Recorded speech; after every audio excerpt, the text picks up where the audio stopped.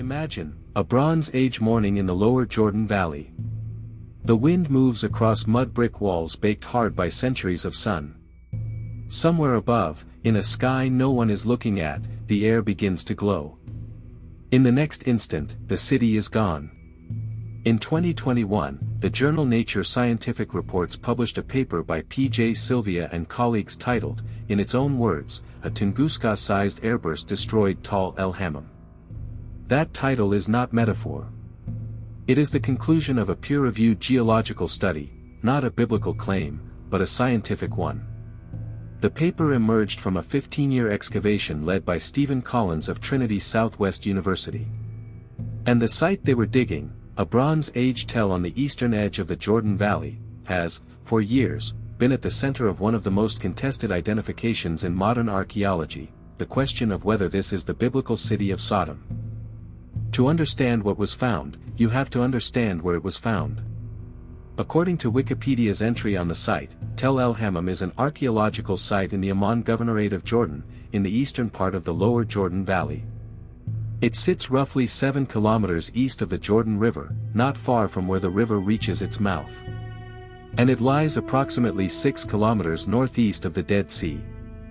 Those coordinates matter, because they place the site in a region that, in the biblical narrative, is repeatedly described as the plain near where Sodom was said to have stood. The mound itself is not a single moment in time. According to Wikipedia, the site preserves substantial remains from the Chalcolithic period, the early Bronze Age, the Intermediate Bronze Age, the Middle Bronze Age, and from Iron Age too. In other words, this was a place that human beings returned to, again and again, across millennia. It was not a marginal outpost. It was a destination. The excavation that drew international attention was led by Stephen Collins of Trinity Southwest University, and it ran for 15 seasons before the headline paper appeared. Collins also co-authored a 2013 book titled Discovering the City of Sodom, published by Howard Books, in which the identification argument was laid out for a general audience. The site does not sit in isolation. According to Wikipedia, the Hammam megalithic field lies nearby, and the surrounding landscape is dotted with other archaeological sites, Tal Nimrin, Tal Blabel, Tal Musta, Tal Iktanu, Tal Tahuna, Tal Barakat, Tal Kafrain, and Tal Rama. So when researchers talk about what happened at this one mound, they are talking about an event that occurred in a densely occupied, long-inhabited corner of the ancient Near East. The paper at the center of this story appeared in 2021, in the journal Nature Scientific Reports, one of the most read open-access scientific journals in the world. The lead author was P.J. Silvia, working with a team of colleagues, and the title alone is worth pausing on, "A Tunguska-sized airburst destroyed tall el-Hammam." Tunguska is the reference point most readers will already recognize, the 1908 event in Siberia in which something from space exploded in the atmosphere with enough force to flatten an enormous area of forest, without leaving an impact crater. The authors of the 2021 paper argued that something comparable happened, in the Bronze Age, directly above this site in the Jordan Valley. Imagine, the lower Jordan Valley in the late Middle Bronze Age. The light shifts. Not slowly, the way light shifts at dusk, but all at once, as if a second sun had appeared overhead. The walls of the city are still standing in the instant before they are not. There is no army at the gates. There is no siege. There is only the sky. That image is dramatization. The paper itself is not. It is a peer-reviewed geological argument, not a biblical claim. That distinction matters more than anything else in this story. The team did not set out to prove Sodom. They set out to explain a destruction layer, a band of ruin within the stratigraphy of the mound, and to ask what kind of event could produce the physical traces they were observing. The 15-year excavation that produced the samples and the stratigraphy was led, again, by Stephen Collins of Trinity Southwest University. And the site they were sampling had, according to Wikipedia, substantial remains from the Middle Bronze Age, exactly the kind of long, dense occupation that would leave the kind of evidence a destruction event would interrupt. Now comes the part most viewers will not hear from either side of this debate, and it has to be said clearly. The cosmic airburst is the scientific finding.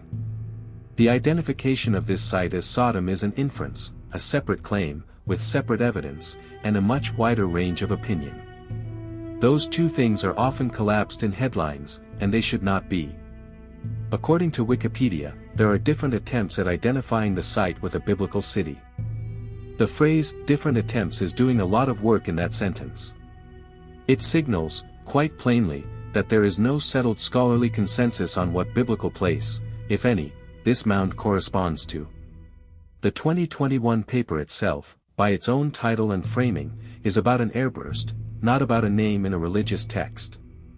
The 2013 book by Collins and Scott, titled Discovering the City of Sodom, makes the identification argument as a separate, longer-running case. There is also a quieter limitation worth naming. El-Hammam preserves layers from the Chalcolithic, the early Bronze Age, the Intermediate Bronze Age, the Middle Bronze Age, and Iron Age too. A site occupied across that span of time will, by its nature, accumulate multiple stories. Reading any single layer of destruction requires choosing which layer, and dating that choice, and defending it. The mound is not a single chapter. It is an entire shelf. And the surrounding landscape, as Wikipedia notes, includes the Hammam megalithic field and a cluster of other tells, Tal Nimrin, Tal Blabel, Tal Musta, Tal Iktanu, Tal Tahuna, Tal Burakat, Tal Kafraim, and Tal Rama. Any one of those, in principle, is a candidate for the cities the biblical narrative places in this region. The honest position is the careful one, the Airburst paper is in the peer-reviewed literature, the identification with Sodom remains debated. So what is actually on the table, once the careful version of the story is told? Two things, side by side, and they should be held side by side. The first thing is a published scientific argument that a Bronze Age site in the lower Jordan Valley was destroyed by a cosmic airburst, the kind of event most people only associate with Tunguska in 1908, and that this argument appeared in Nature Scientific Reports in 2021 under the authorship of P.J. Silvia and colleagues. That, on its own, is remarkable. Cosmic airbursts as a destruction mechanism for ancient cities are not a routine entry in the archaeological record. The second thing is a much older question, whether the biblical description of a city in this region, destroyed in a single day, has anything to do with any of these mounds. According to Wikipedia, there have been different attempts at identifying el-Hammam with a biblical city. Stephen Collins, who led the 15-year excavation, has argued in print, most prominently in the 2013 book Discovering the City of Sodom, that this site is the best candidate. Other scholars disagree. For the audience watching this video, the most important thing is to keep those two layers separate. A peer-reviewed paper about an airburst is not, by itself, a peer-reviewed paper about Sodom. And a debate about a biblical name is not, by itself, a debate about whether something dramatic happened in the sky over the Jordan Valley in the Bronze Age. Both questions are real. Both questions are open. And both questions are being asked, right now, in the academic literature and at the site itself. Here is what we can say. A 15-year excavation, led by Stephen Collins of Trinity Southwest University, produced the samples and the stratigraphy for a 2021 paper in Nature Scientific Reports, in which P.J. Silvia and colleagues argued that el-Hammam was destroyed by a Tunguska-sized airburst. That paper was peer-reviewed geology, not a biblical claim.